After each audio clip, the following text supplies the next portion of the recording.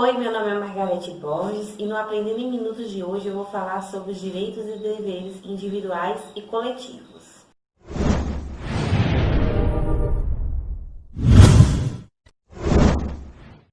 Os direitos e deveres individuais e coletivos eles estão previstos no artigo 5º da Constituição, em 78 incisos, né? Então, assim, é muito grande o conteúdo, mas a gente vai estar dividindo em etapas para não ficar muito longo o vídeo.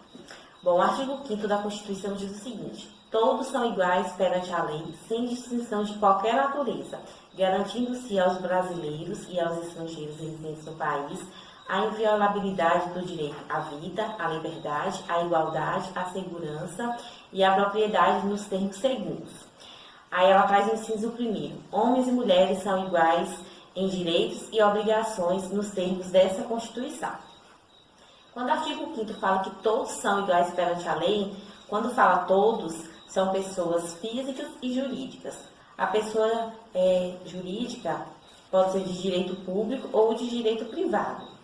Quando fala iguais perante a lei, não é só perante a Constituição ou uma lei complementar, uma lei ordinária, é uma lei em sentido amplo, né? Então, todas as normas de um Estado, elas estão incluídas aqui quando diz perante a lei, sem distinção de qualquer natureza, ou seja, não pode haver perante nossa Constituição nenhum tipo de discriminação, seja por escolha sexual, seja por cor, seja por classe social ou algum outro tipo de discriminação. Isso não é possível perante nossa atual Constituição. Aos brasileiros, que podem ser natos ou naturalizados, e aos estrangeiros residentes no país ou que estão a passeio, né, como nós falamos na aula anterior. A inviolabilidade ao direito à vida, à liberdade, à igualdade. Então, nós vamos estar falando desses direitos, né, ao longo dessa aula e das próximas que virão após essa. Às vezes, há uma distinção em leis, só que essas distinções nas leis, elas não são consideradas inconstitucional. Por quê? Essa igualdade, né, que o artigo 5º traz, ela pode ser formal e material. A igualdade formal é aquela que todas as pessoas, elas estão ali submetidas à lei, ou seja, a lei ela é para todos. E ninguém pode estar acima da lei, nem mesmo o presidente da República. Até o presidente da República ele está ali submetido a essa lei.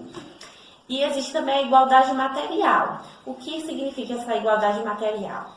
É que as pessoas, existem classes de pessoas que elas são diferentes. E às vezes é possível, é permitido ali que a lei traga essa discriminação entre essas pessoas para poder igualar essas pessoas. Por exemplo, quando falou ali no inciso 1, que homens e mulheres são iguais em direitos e obrigações, por que especificou-se homens e mulheres? Porque se a mulher foi vítima de muita discriminação ao longo do tempo, ela não tinha direito a trabalhar, quando trabalhava não era assim remunerada da mesma forma que o homem. Então, assim, é preciso estar concedendo os direitos das mulheres para poder igualar. E às vezes a lei, por exemplo, quando tem um concurso ali para ser agente numa penitenciária masculina, é para homens, não que a legislação esteja ali fazendo discriminação de forma negativa, mas é necessário que em um estabelecimento prisional masculino trabalhe agentes masculinos. Então, quando a lei especifica ali um grupo de pessoas, ela não está discriminando, né, de forma negativa. O inciso 2 diz o seguinte: ninguém será obrigado a fazer ou deixar de fazer alguma coisa senão em virtude de lei. Traz dois princípios esse inciso: o princípio da legalidade, que ele é amplo, né? A lei sai em sentido amplo, como eu acabei de falar. Pode ser uma lei complementar, uma lei ordinária, um decreto, enfim, é uma lei em sentido amplo. E o princípio da reserva legal, que diz que alguns tipos de matéria, elas vão precisar de uma legislação específica. Por exemplo, quem vai definir os crimes é o Código Penal brasileiro. Ele vai tratar especificamente dos crimes, como se dá as penas, enfim. E assim, o princípio da reserva legal, ele está dentro do... O inciso 3 diz que ninguém será submetido à tortura nem a tratamento desumano ou degradante. A tortura ela é tratada de forma mais específica na Lei 9455 de 97. E a tortura é o ato de constranger uma pessoa usando, né, da violência ou grave ameaça. A Constituição ela veda tanto ali a questão da tortura, que é considerado, né, pela Constituição um crime imprescritível, inafiançável e também um crime hediondo. Crime hediondo são aqueles terríveis, né? São ali estabelecidos ali pela lei de forma, são crimes cruéis. E a tortura ela traz ali para a pessoa, ali para a vítima, um sofrimento tanto físico como mental. Então, assim, a Constituição, ela nos assegura que nós não podemos ser ali torturados. Até mesmo uma pessoa que esteja sendo ali restringida a sua liberdade, esteja ali submetida a uma prisão, ele pode ter praticado o crime que foi, ele não é submetido à tortura em hipótese alguma. A Constituição Federal, ela veda isso, né? O inciso 4º, ele traz a questão do direito à manifestação do pensamento, quando diz, é livre a manifestação do pensamento, sendo vedado o anonimato. Então, assim, nós somos livres para manifestar, né, de exteriorizar nossos pensamentos. Só que nós não podemos exteriorizar ele de forma anônima, né? Isso é vedado pela Constituição. E essa questão da manifestação do pensamento também, a Constituição, a legislação nossa, ela não permite o discurso do ódio. O que seria isso? Seria você, em seu discurso, discriminar algumas pessoas. Teve até um casal de atores, né, da Rede Globo, que eles adotaram ali uma criança negra. E aí, nas redes sociais ali, uma adolescente foi e falou, nossa, que negrinha feia, alguma coisa assim desse tipo. Então, esse tipo de discurso de ódio, ele não é permitido. Você pode manifestar seu pensamento desde que isso, né, não traga ali o discurso do ódio. Isso é proibido. O artigo 5º diz que é assegurado o direito de resposta proporcional ao agravo, além da indenização por dano material, moral ou à imagem.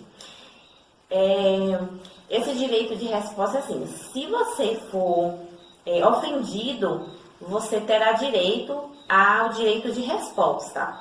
E além desse direito de resposta, dependendo da ofensa, você também pode ter direito à indenização moral e a imagem, né? Ou se houver também algum dano material, você vai ter direito ali. Por exemplo, isso é muito comum em época de política, né? E eu me lembro que na época da política passada, o Haddad, ele colocou, né, nos comerciais, coisas negativas ali do candidato Jair Bolsonaro.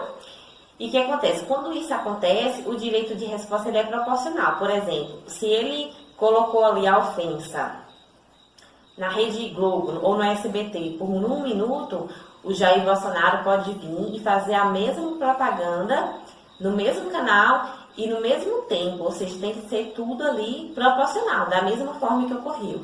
E se houver ali algum dano, a pessoa é obrigada a indenizar, seja se houve ali um prejuízo material, por exemplo, em empresas. Quando uma pessoa degrina a imagem da empresa e ela deixa de vender, deixa de produzir, ou tem ali qualquer tipo de perda material, a pessoa ali tem que indenizar esse prejuízo. Ou pode ser um dano à imagem, né? Ou pode ser um dano moral também. Então, não importa que tipo de dano seja, a pessoa ali é obrigada a estar indenizando. O artigo 6º traz que é inviolável a liberdade de consciência e de crença, sendo assegurado o livre exercício dos cultos religiosos e garantida na forma da lei a proteção aos locais de culto e suas liturgias. Então, assim, a Constituição, além de permitir a minha consciência de crença, eu seguir aquilo que eu acredito, ela ainda me garante a possibilidade, a proteção nos meus locais de cultos. Então, assim, por exemplo, na Bíblia, lá em Êxodo 28, fala, lembra-te do dia de sábado para o santificar. Então, assim, eu, Margarete Borges, Eu acredito que o sábado é um dia de descanso, é o dia de guardar. Então, nesse dia, eu não faço nada de afazeres pessoais meus. Eu não estudo, eu não trabalho, é um dia que eu me dedico para estar em contato ali com o Criador. E o que acontece? A Constituição ela me garante isso, né? Essa possibilidade de eu seguir ali minhas crenças, minhas convicções religiosas, outros tipos de convicções. E eu me reúno com outras pessoas que têm a mesma crença que eu na igreja, né? Na igreja adventista do sétimo dia. Então, acontece, se uma pessoa, por exemplo, ligar o som muito alto ali perto da igreja, eu posso acionar a polícia militar, porque a Constituição, ela me assegura isso, né? Ela me protege esse direito de eu manifestar ali minha crença em um local, que nesse caso seria a igreja. E assim, o Brasil, ele é um país laico. O que isso significa? Que ele não tem ali uma religião oficial, apesar da maior parte dos brasileiros serem católicos. Mas ela me permite eu ter minha crença diferente da que a maior parte dos brasileiros tem. Então, essa liberdade de crença religiosa está prevista aqui no artigo 5º, no inciso 6º. Obrigada e até a próxima aula.